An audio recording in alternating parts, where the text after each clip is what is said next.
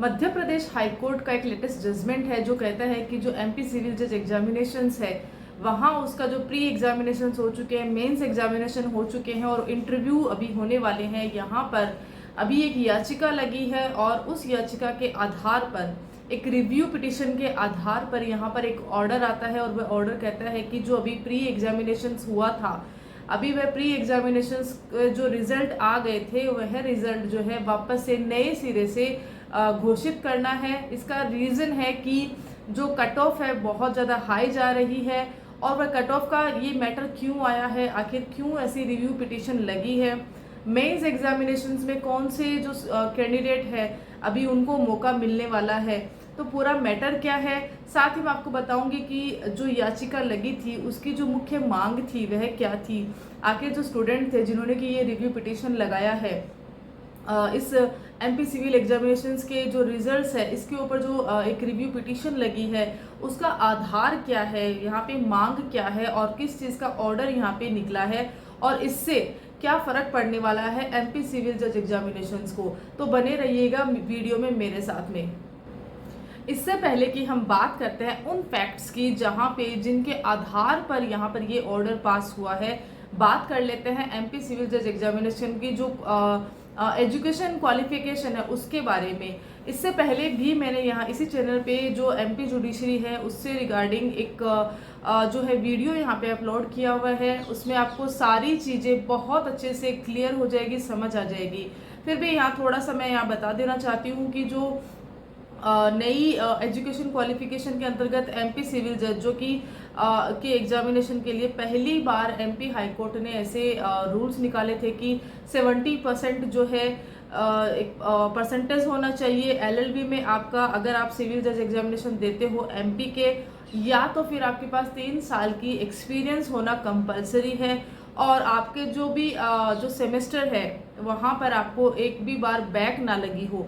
इस तरह के रूल्स रेगुलेशंस थे, पर क्योंकि ये रूल्स रेगुलेशंस जो होते हैं बहुत ज़्यादा टाइट थे, क्योंकि बहुत मुश्किल होता है लॉ के स्टडीज़ अगर हम करते हैं वहाँ पे 70% एकदम जो कुछ टॉपर होते हैं, एक या दो जो कैंडिडेट्स होते हैं, स्टूडेंट्स होते हैं, उन्हीं के ही बनते हैं। तो और जो 3 साल का एक्सपीरियंस है वो फिर भी हम गेन करते हैं, लेकिन 70% वाला बिल्कुल भी इसके लिए काफ़ी सारे कैंडिडेट्स ने याचिका भी लगाई थी कि आप जो है इस तरह के अमेंडमेंट्स को वापस लीजिए। तो यहाँ पे मैटर जो है सुप्रीम कोर्ट में भी गया था और सुप्रीम कोर्ट ने वहाँ पर फिर क्या कहा।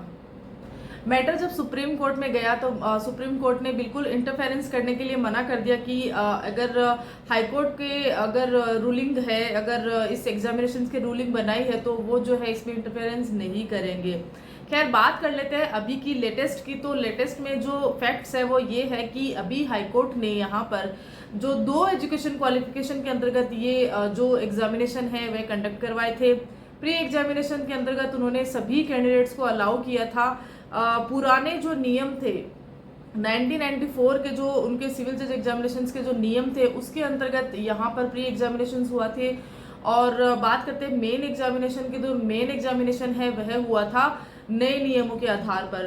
तो 2 एजुकेशन क्वालिफिकेशन यहाँ पे हुई थी और इसी के तहत जो कुछ अपात्र लोग भी थे जो कि यहाँ पे सेलेक्ट हुए हैं और जो पात्र थे वो वंचित भी रहे हैं। तो कुछ इस तरह की सिचुएशन भी आई थी।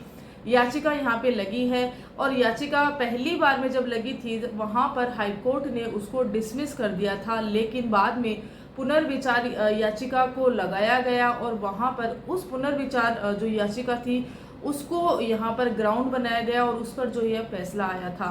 फैक्ट क्या है वह थोड़ा और आप मुझसे समझिए।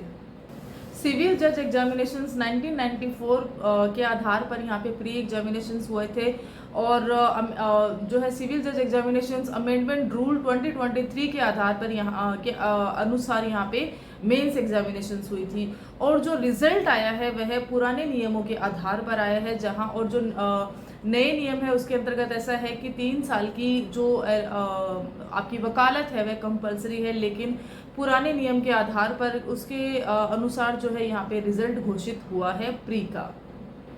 तो मेन ग्राउंड्स क्या थे, मांग क्या थी यहाँ पे याचिकाकर्ताओं की। तो पहली जो मांग थी वह ये थी कि जो ये एग्जामिनेशंस है इसके जो रिजल्ट आए हैं प्री के, आप जो है उसको नए सिरे से इसके रिजल्ट परिणाम घोषित कीजिए, जिसके क्या होता है कि जो कट ऑफ है जो इतनी हाई चली गई है वह नीचे आएगी, और जो मेंस एग्जामिनेशंस है वहाँ पे सिर्फ और सिर्फ वही कैंडिडेट्स जो है उस एग्ज़ाम को देंगे जो कि पात्र है नए अमेंडमेंट रूल्स के अकॉर्डिंग।